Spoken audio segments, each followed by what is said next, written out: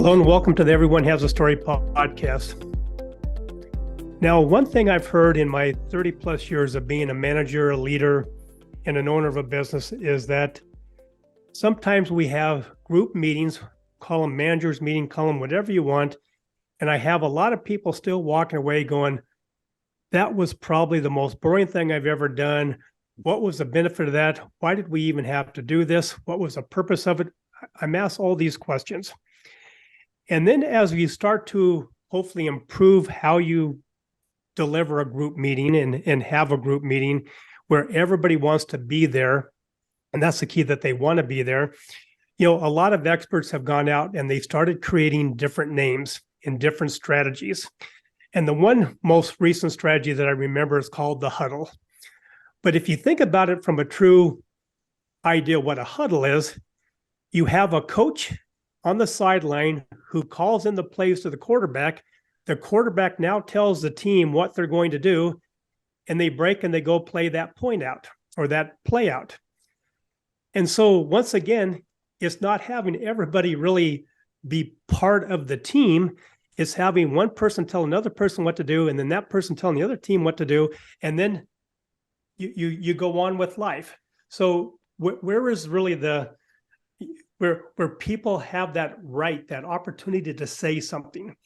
Now, just this last weekend, as an example, I got to attend a good friend of mine's retirement party. My friend was an professional football player, so he's used to huddles. And he had with him at this party some of his ex-teammates. Now, these ex-teammates, 2 of them were Heisman Trophy winners, 4 of them were Hall of Famers, and the other 9 were all pros. So we're talking a pretty extensive group of individuals, their families, and then a lot of other business people that Tony wanted to invite to his retirement party. And I'm thinking, you've got this many egos, this many star players in the room. How is it going to manage? How is he going to manage this? I have to say, it was probably the best run party I've ever been to in my life. Everybody knew what they were supposed to do, where they were supposed to do, but everybody had a chance to be highlighted and given an opportunity to say whatever they needed to say in regards to Tony and his career, and just thanking him for his, friendship and everything else. And I'm thinking to myself, okay, here are guys who are used to going every play into a huddle, calling out a play and getting things done. But in real life, they did it exactly what we were talking about. They were really in sync with each other. And that's where my 3 guests and I are going to talk today, because instead of having a team meeting, instead of having a huddle, we're going to talk to you about having a jam session. And I mean a good old-fashioned jam session, and I brought my triangle, so I'm ready to rock my triangle when we start really getting into this now. But the fact of the matter is, if you ever think about a jam session, and if you ever get to experience one with really real musicians like that, it's really a piece of art. Everybody's in sync. Everybody's having a good time. Everybody's being very interactive. They're participating, but really the art that comes out of it, that's what's amazing. And when we start thinking about business, sometimes we think about business as just being the 4 walls, couple employees, the products or services, whatever. But why can't we think about our business being that work of art, that every day we get a chance to really have everybody involved and working for the same goal? So with me today, I have John Britton, I have Veronica Vidal, and I have Rick Cox.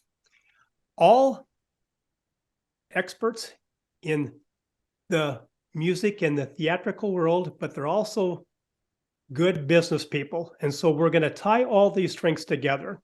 So let's first talk to Rick. Rick, why don't you introduce yourself and really tell us why you were sitting in this particular jam session? Why am I in this jam session?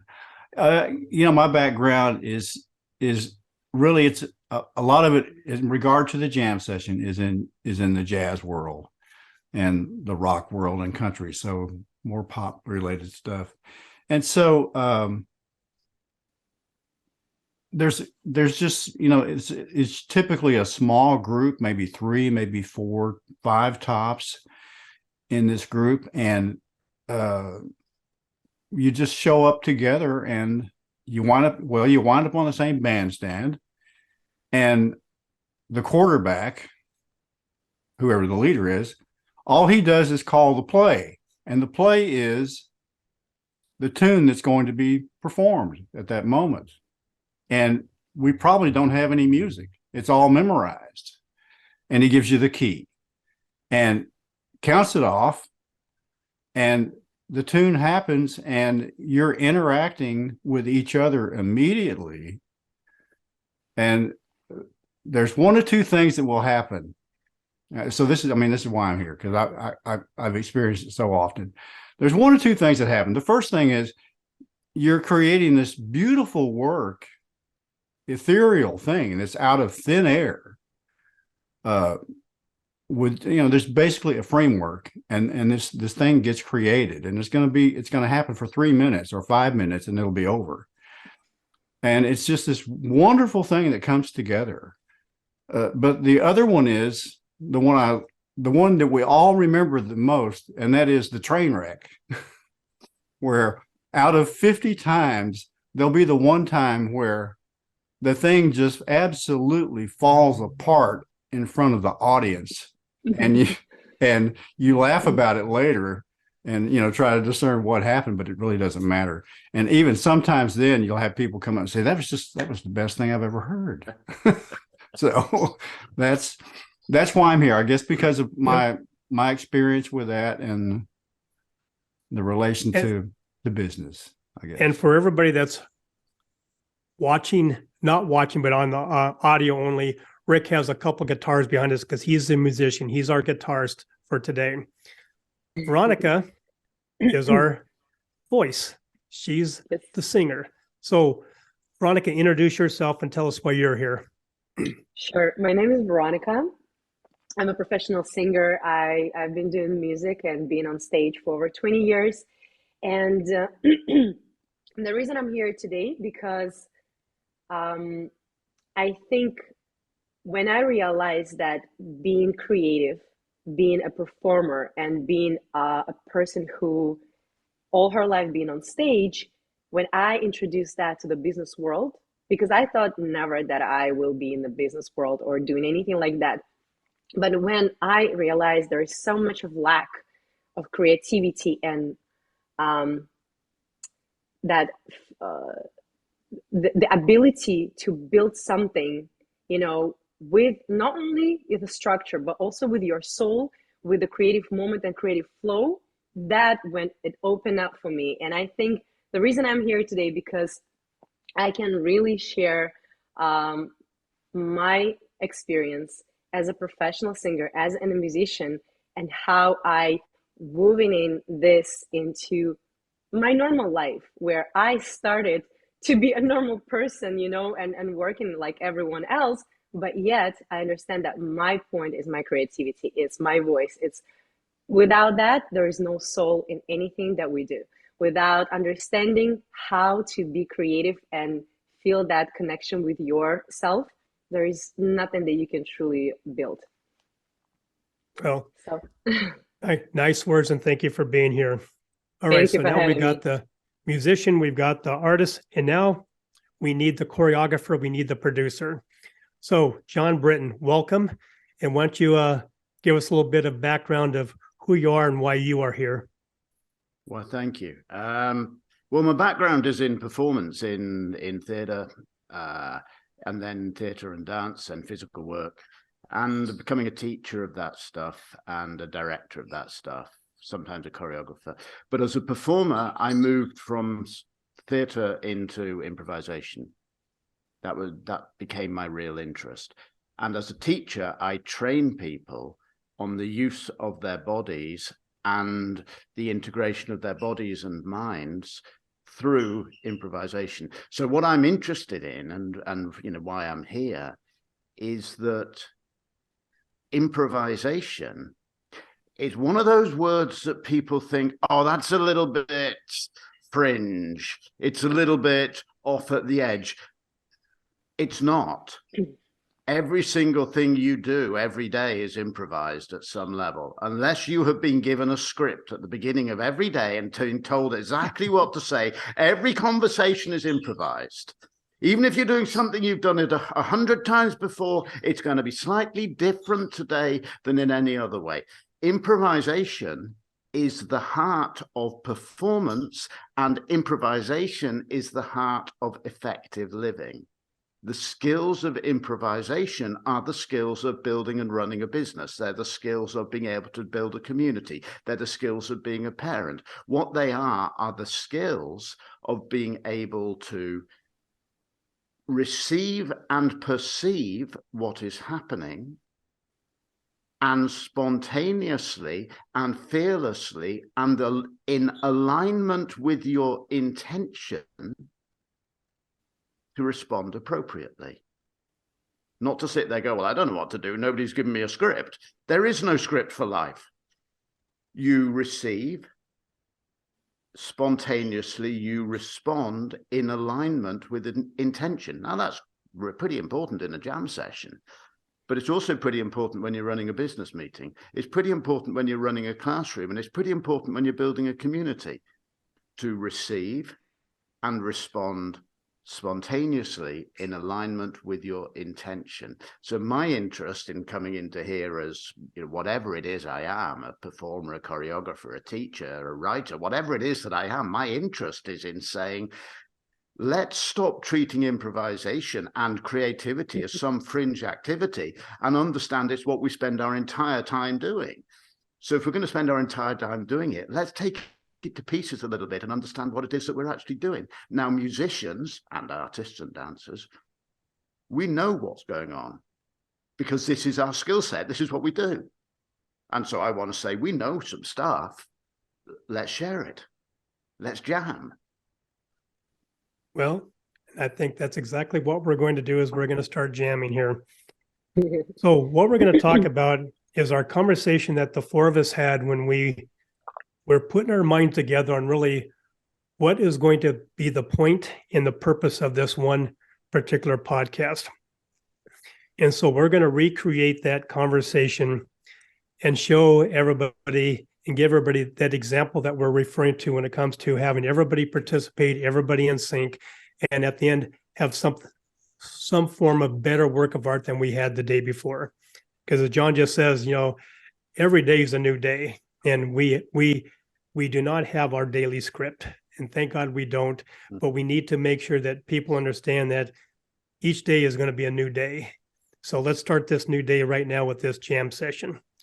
So Rick, we're putting together a podcast on really the importance of a jam session. What are your thoughts? Well, I think it's a good idea for relating to trying to talk with a business person, someone who's only been in business. Not that, let's say that's a bad thing. It's just what it is, right?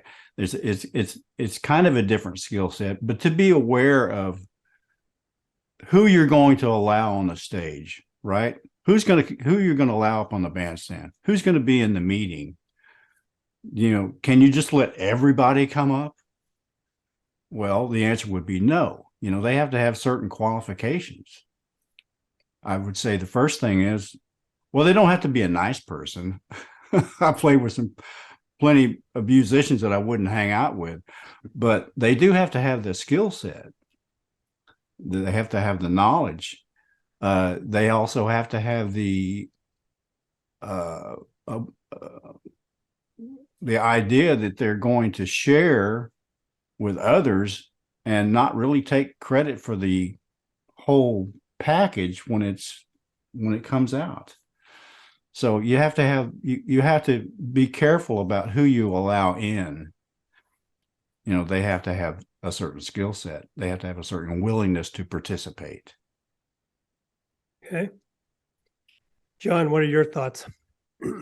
Okay, so yeah, we start off by going, you can, and partly from what Rick says, you can say you can let anyone in, But if you let anyone in without them having the necessary skills, what you're saying is that it's for their benefit because they're going to learn something, not for the benefit of the audience or the customer. So, you know, in business, you're doing things for the benefit of the customer and for the benefit of the business. So you want to make sure that everyone's got the levels of competence required to deliver their job. But then once you've made sure that you've, you know, got the levels of competence required in the room, you have to find a way to create space so that people can actually genuinely flourish in their areas of expertise without being told what to do. There's no point in getting a great saxophone improviser in and saying, okay, I want you to play a B flat and then play an A, and then I want you to do, back off. They know their job, back off, let them, you know, say after the first introduction, it's going to be your solo, take it away. Now in business, as in any other sort of process, we need to find the relationship between the structure and giving space of freedom to the individual to flourish within his or her unique genius. If you've got a room full of people who all have different skills and they're only doing what the manager tells them, that is a phenomenal waste of talent. Just as if I brought in all of you musicians and I said, I've got a tune in my head, play it exactly like you hear it. What a waste. All of your skills and genius I would be wasting, even Roger with his triangle. I would be sitting there going, come on, Roger, show us your moment of triangle genius. But of course, to find the relationship, see, any moment now, I'm expected to hear a little ting. To understand the relationship between structure and freedom, you need in place two things. And I think this is true in a jam session, and it's true in any other organizational structure. You need a clarity of intention, and you need a clarity of ethics. What I mean by ethics is agreed understandings of what is and what is not acceptable within that structure. In musical terms, if you come in and you say, okay, we're going to be jazz riffing around Over the Rainbow, and somebody comes in and decides they're going to start doing a rap, it might not fit. I mean, you might go, yeah, but if you're trying to do one thing and somebody's doing something else, they're not actually fitting into the ethical framework that you set up. Ethical doesn't mean better. I'm not saying be all ethical, better than everyone else. Ethical just means understanding what is and what is not acceptable, what is and what is not part of the language. So if you're coming in to do a sales meeting and somebody goes, hey, I think we should redesign the product. That's not what we're talking about. Sorry, we're not talking about redesigning the product. This is the intention, and the process here is based around sales, not design. So understanding the agreed processes, understanding the intention allows you then to find the relationship between shared structure and individual freedom. Now, once you've got that, you've got a meeting going, whatever it is, and you go, okay, we sort of know what our intention is, and let's run it like this. When we come to talk about this, this is your business, Roger. When we come to talk about this, this is your business, Veronica. Shine in your areas, do your solo, be a genius in your area, and educate the rest of us, because we are together sharing a structure. Now, that seems to me, within dance and theatre and music, a useful set of frameworks to bring in. Otherwise, you just end up going, hey, guys, what should we do now? And there's a pretty good chance that you're going to be in one of those jam sessions that Roger's described in terms of meetings, that people will leave and go, well, that was a phenomenal waste of time, wasn't it? Because nobody had a clue what we were there for. So structure, ethics, intention, and then get out the way and let people be geniuses. I love that approach. Okay. So Veronica, the artist, the singer, the voice, what are your thoughts? So I will reflect on something of what John said. For me, the jam session and getting into collaboration with all the talents, absolutely, as Rick said, we have to be in the same page, who we are working with in the same room and what's the intention, as John said. So for me, it's really about feeling other people. You know, when I go with my musicians, like for example, I'll give you an example. I wrote a song and I met 5 beautiful musicians who never heard my music before. And we all together in one room, they just got the notes and they're looking at them. And first, me as a person who I'm very, I can feel other people, I can feel the energy that's going on around. And I started worrying, oh, what if they not really gonna understand what I'm trying to say through my song? So, and I see they start like playing and trying, notes and this and this and that. And then I realized once I start hearing the drum bass player playing my, the rhythm, and I said to myself, this person spent over 10 years of his life learning how to do drums. Veronica, he knows what he's doing. Yes, it's your song, but put your ego away. He knows what he's doing, and this is a beautiful moment when everything starts coming together and I'm just staying there, just being my voice. And as John said, and I'm letting other people's to shine, the guitar player does his part and the piano player does his part and the drum bass guy doing his part. And I'm just standing there doing my part. I'm taking away the pressure from me. I understand how much power all we together start to produce. And the other thing is really about communication, because at the moment, any person who is there in this room and feel that flow of energy can stop and say, hey guys, I have an idea. What if right here we add a little bit of this? Because it's all within the intention and within the structure. And we try it. And if everybody feels that internal aha moment, yes, let's go. Because everyone have a place to say and everyone has a place to lead. So, I have an experience where I once in my life had an office job for 8 months, didn't last long, and I was micromanaged by my boss. It was very difficult because I'm trying to do things. I am a professional already in this field, and he's trying to tell me and micromanage me, and I'm like, I like, just give me to do my job. It doesn't matter if I put a dot or a comma, just let me execute a final result. And so when the real jam session happens in a room, doesn't matter if it's a business room or if it's a musician room, every single person have a moment to be a leader because they qualified already internally so much that each time they can take a lead and they can pull the entire group forward. It will never go back. It would always go forward. Even if it's a mistake, everyone understand how to learn and rise up from that. So for me, it's about... Can I reflect on that, Veronica, for a moment? Of course. It's brilliant. You touch on something I think that's really important. In an improvisatory framework, you need to give space to people to be their own genius. Like you say, you hear your drummer begin to play and you go, he spent 10 years of his life. That does not mean there is not room for a leader or a manager or someone who's setting the intention. Absolutely. But when you're running the meeting or you are running the jam session, you might be the person who says, okay, I'm the band leader, or this is my song, or I'm the head of department. And you might well say, we're going to do this with this, and I want you to do this.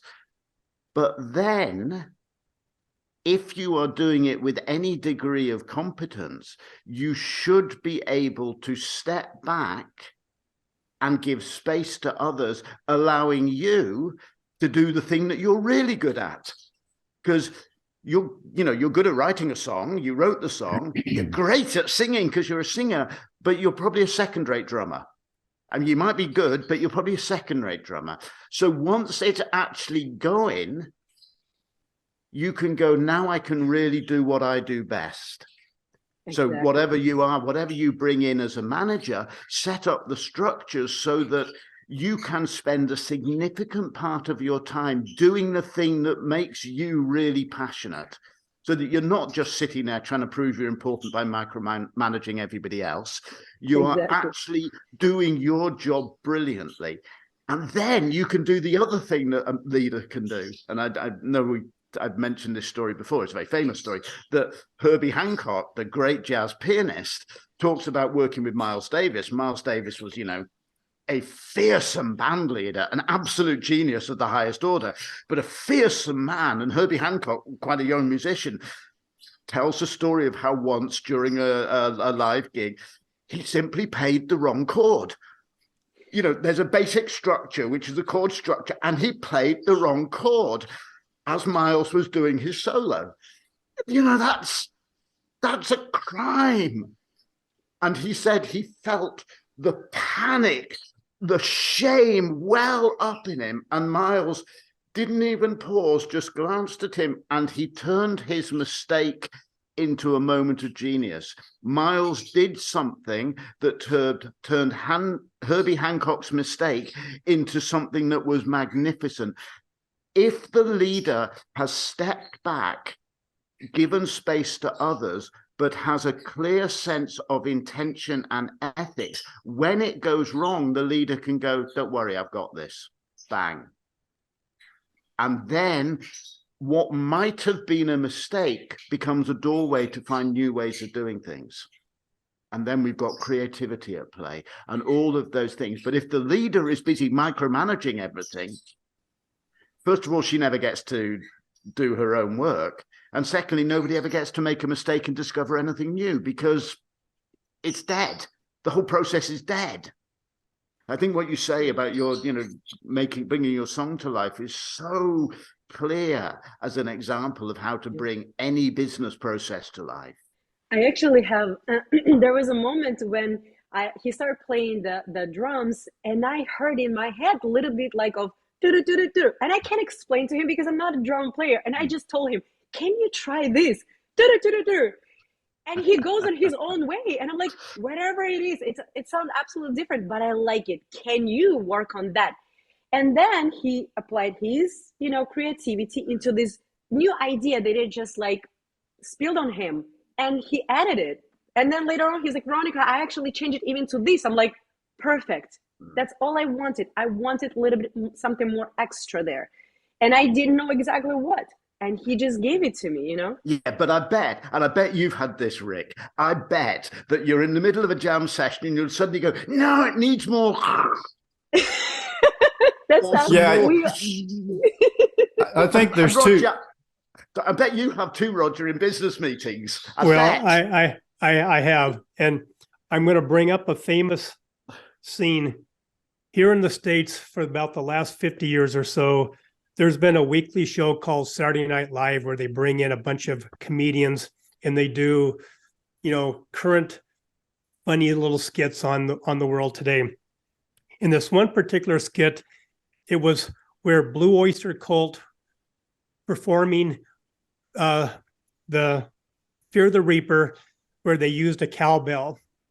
And so the producer comes in and he's talking about how he still puts his pants on one leg at a time, even though he's a real famous recording producer and stuff like this. And so they start to play, and the guy with the cowbell is really taking over the whole scene, and he's interrupting and disrupting everybody. So everybody says stop. The producer comes in, he goes, actually, I kind of liked it, but I think it needs more cowbell. And the whole group is like, wait a minute, who brought the cowbell in and why is it taken over, right? So about that time, it happens again, and he takes over the scene, and all the artists, his bandmates are just going crazy. So they call the producer back in. He makes up a couple things. And he goes, really, guys, I think we have a hit here, but I think it just needs more cowbell. So about that time, they all agree that they'll give it one more try. Well, it goes one more try. And like Rick said, it was a train wreck. And so the guy comes back out and he goes, guys, I tell you, we have a hit here. And so they're all saying, well, he's doing this, he's taking over the whole show. And the guy turns around with the cowbell and goes, guys, I don't know of too many songs that we ever have that really feature the cowbell. So this is my one chance to really shine.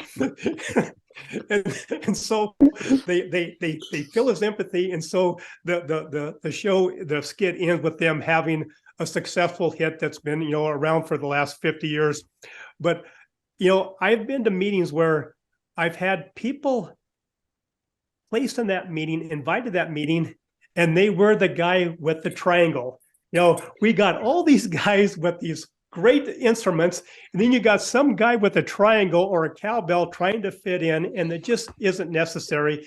And those are the things that really, as a business owner, I look at and say, why are you taking this person out of their job that's being very productive to sit in and listen to people who really, they don't have any connection to? And really, the jam session is really about connection, right?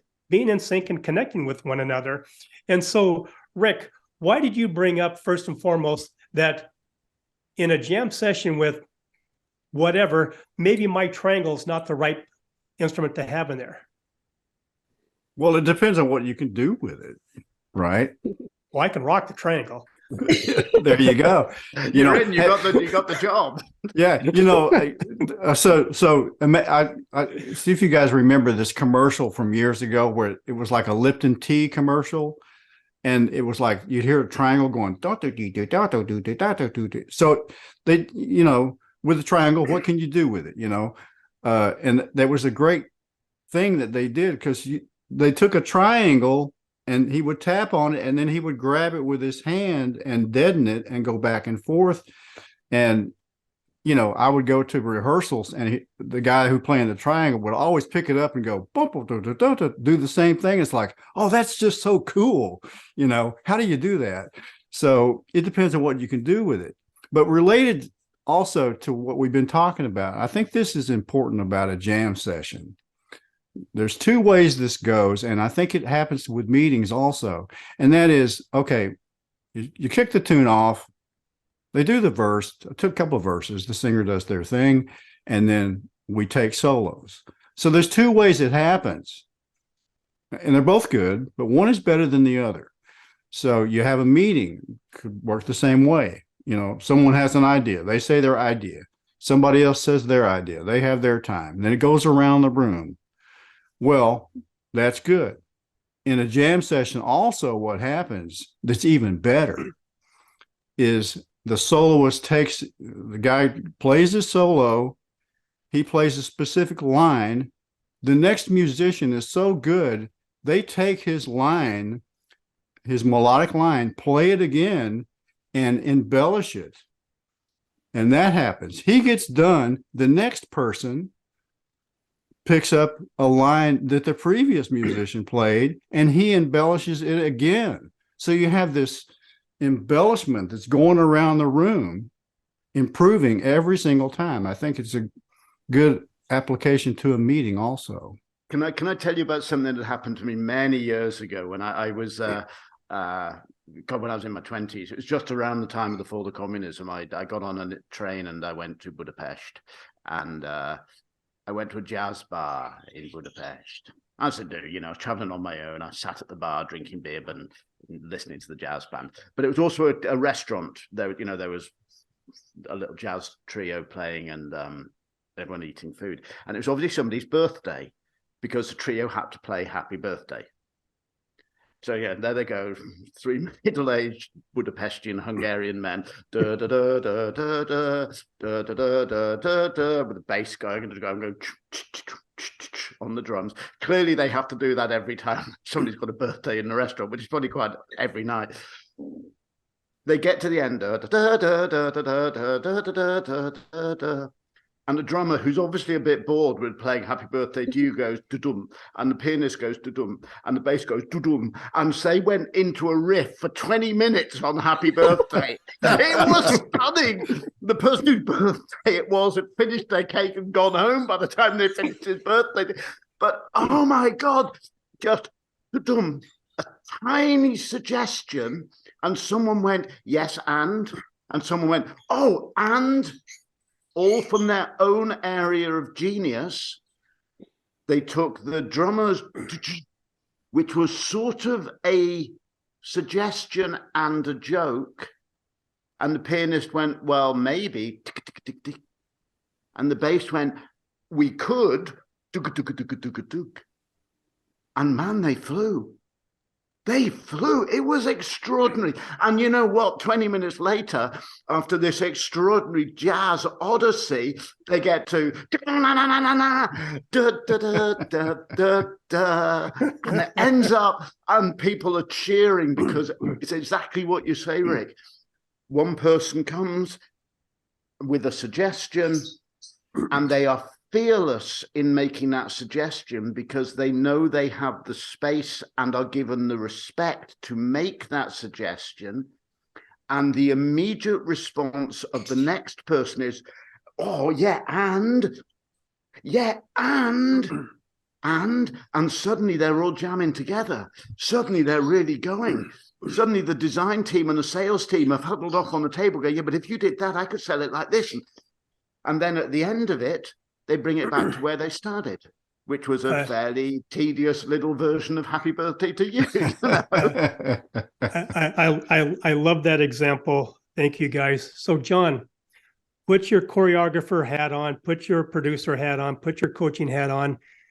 How can a company take their team right now and turn those meetings into a jam session, what we're trying to present to here? You have, if you are trying to move people from a culture of just doing what they're told towards a culture of creative engagement. For example, when I'm teaching in an elite dance school where many dancers are taught to obey choreographers, and I'm trying to encourage them to be improvisers and to follow their creative inner journey. If you're trying to take people from a place of sort of doing what they're told through to a place of creative freedom, you need to offer them safe structures to work in. You need to establish an ethical framework to work in. And by ethical, I simply mean, you know, things like only positive feedback, or don't interrupt somebody when they're talking, or feel free to interrupt people when they're talking. That's perfectly good ethics. It's not an ethics I would work with, but it's a perfectly good ethics to work with. You know, you set an ethical framework, you make people feel safe because you have a shared ethical framework. You help people go through the process of personal development necessary to overcome their fear of making mistakes and of being shamed. You put together, if this is a long-term investment you're making in turning around the culture of your company, you put the time in to encourage personal development. There's no point in having musicians coming into a jam session and say, look, just put the notes in front of me on the score and I'll play them. There's no point in having musicians coming in and saying, look, I'm too scared to take a risk when I'm playing. The musicians have got to feel free, know the structure, and have done the personal work necessary to take risks.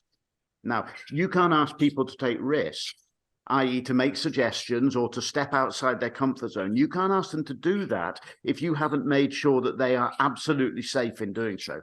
If you say, hey, any suggestions, go here, and somebody says, what about this? And you say, don't be so bloody stupid. You know, you just killed it. You have to create the ethical framework. You have to create the safe space. You have to create the rules and the structures. Be sure that there is an understanding of intention and support people as they go through the personal growth necessary to flower. The growth necessary to move from being obedient to being co-creators of your business. The people who are going to make the business better than it would have been had they not been working there, who are going to make the business better than you could make it without them. Mm-hmm. If you don't think that they can contribute to making your business better than it would be without them being there, replace them with AI.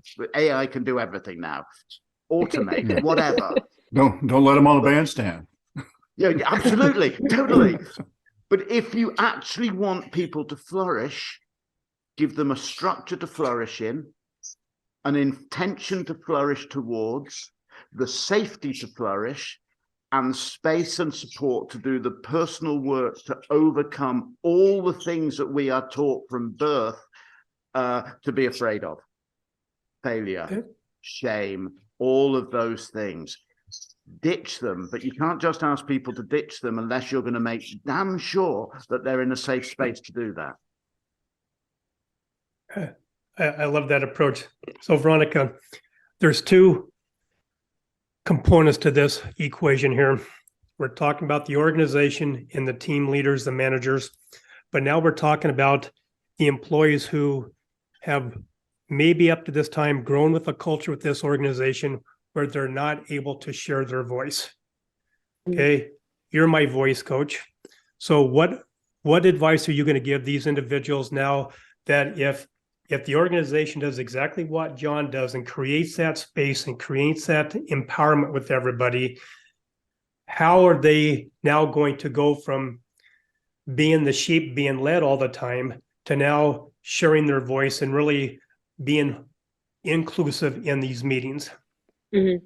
So it's very, very similar to what John said when it starts with one-on-one work. You know, in order for a person to finally speak up and find that internal strength to actually start listening to themselves, they first need to understand completely that who they are in front of, even if it's just the one person, they are allowed to make mistakes and they are allowed to speak up the way it is. What I've noticed many times that people are not familiar with their own voices. When you ask them, what is it that you want? If you ask random people, you know, maybe 1 out of 10 will tell you their real dreams. Most of the time people start saying, well, yeah, it would be nicer to have more money. It would be nicer to have a better house. It's all that from outside that we are told about. But the real true voice start with absolute spending time with yourself and finding your values and your core.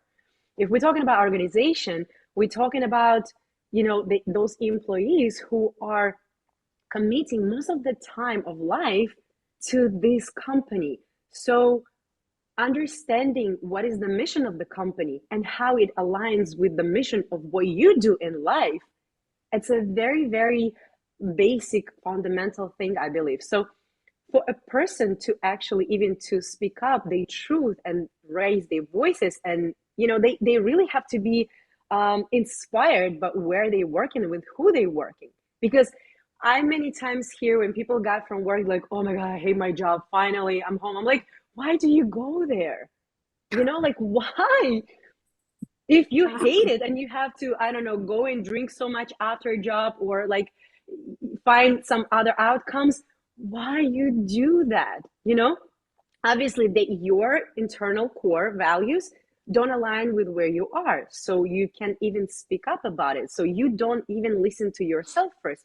So my main thing that when I bring people into that foundation, learn how you breathe, learn how your voice sounds. Do you understand that the sound is the what manifests everything around you? How you say things, what you say. So bringing that awareness to a person right away by asking him or her right questions. You know, find yourself why you wake up every day in the morning. And if you have that very intimate connection with your employees, again, I will give an example of my working space in the office. One time in my lifetime, when I was leaving, and I said to my boss, look, you're an amazing person, but you're a horrible boss. And he said, what do you mean? And I said, listen, I don't mind being friends with you. You know, you like, absolutely. But I will never, ever want to work for a person like you. And he said, why? And I told him, do you see all these people sitting there, you know, behind us? And he said, so I'm like, do you even know what's going on in their lives? Do you even know who's going through divorce, who have kids? How many? Do you even know why these people working here? Do you know what motivates them and why they here? You know, so this personal connection, at least to understanding that it's a safe space to start raising your voice and understand that the better the leader establish themselves and understand there's limited beliefs. There is a lot of things that, you know, people might go through. And if you letting those people that, listen, guys, we're all going to grow together, because if your employees working, growing in personal development, that means your entire machine of business will be growing as well. But you have to first find the absolute connection between the mission of a person who works for you and the mission of the company. So those two together can create very healthy structure and energy within. So I would say everything starts with conversation. And if you really want your employees to feel the power of their voice, that they have it, learn first how your voice is projected. That's number one. When I start with myself, even being a singer, that was not a problem. But speaking my truth, it was two different things. It was absolutely not the same, me as a performer and me as a person when I just speak to other people and how I behave around other people. So once I started paying attention to how I project my voice, how people react and how I speak, my posture even changed, because I realized that what I project affects everything, the way I look, the way I sound, the way I carry myself. So building that core values of who you are and what your real dreams are, I think it's an amazing exercise in a company to really share, every single person internal desires and help them to build on that. Because if you help your employees to succeed in their dream life, for example, for somebody it's a goal one time to go, I don't know, to Hawaii, and you help them to work towards that, they will forever going to be with you because you help them to accomplish something of their values. And each person might have their own values, and they all can be interconnected if you look at the same direction together. So Veronica, thank you. John, thank you. Rick, thank you guys for being part of my jam session today. I really felt like I could really rock it with my triangle. So thank you guys. I appreciate it. So Rick, why don't you leave us with a little bit of inspiration here? What's your parting words to the group, to the audience, on really how to move forward with bringing the principle of jam sessions to the workplace? Well, I'd say for the de facto leader of a meeting or an idea, if you think of it as like you're laying out a piece of music, here it is. This is the tune we're going to do, right? This is what we're doing. This is the objective to get to the end, not have a train wreck. And they just have to stay, open-minded, accepting of these other people, ready to listen, as well as really thoughtfully consider the ideas that are presented, and ensure that the people in the meeting know that whatever solo they play, it will be accepted. I love it. John, thank you again. How can the audience get in touch with you if they want to reach out to you? You find me, John Britton, on LinkedIn, Facebook, Instagram, or write to me at John, which is with an H, JOHN, at johnbritton.co. And I will always answer. Yes, Or go to Ireland. Or go to Ireland and find me, yeah. There you go. Veronica, and thank you again for being my guest speaker today. How can they reach out to you? Same way as John described, Veronica with a K, Vidal, and through Instagram, LinkedIn, my website, veronicavidal.com. And I'm very happy to discuss any questions you guys have. Yes, you are. And Rick, bring us home. Bring us home. How can they reach out to you?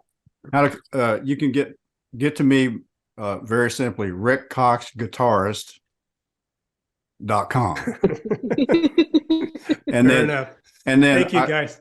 Let me say this last little thing. At the end of every jam, at the end of every tune, there's always this dumb thing that happens. Everybody has their say, and the drummer at the very end, after we play the last chord, it dies away and the drummer goes, ba-dum. Every time. Magic touch. Absolutely. There you go. All right. Thank you, guys. You bet. Thank you so much. Our pleasure. Thank you, everyone. My podcast wouldn't be the same if it wasn't for my sponsors and my great supporters. So let me take this opportunity to thank each and every one of them. First of all, I want to thank Rebecca at Custom Bookkeeping and Accounting, delivering trustworthy bookkeeping services since 2003. Dave and Dara at Virtues Matter, making this world a much happier place to be with their Virtues Card apps, coaching and workshops. Steven at Buller Accounting, giving business owners depth and insight to their numbers. Eric and his team at Ivy Cat Web Design, the real superheroes of web development and design. Jennifer and Jean at the Seavers Real Estate Team, serving Pierce and Kitsap counties with their home buying and selling needs. Maury at the Maury Method, the world's only brainwave entrainment engineer, helping everyone have more clarity, less stress, and overall better brain health. Priya at Pivot My Profit, helping individuals and businesses have better control of their finances and more money at the end of their day. Melissa at the Soul Vibe Energy High, the queen of the aha moments, helping individuals find those holes in their cups, repair the hole, and gain back their positive energy. And finally, Rick at West Sound Recording. You talk, they do all the rest. Thank you, Rick, for all your efforts with the production and editing of my podcast.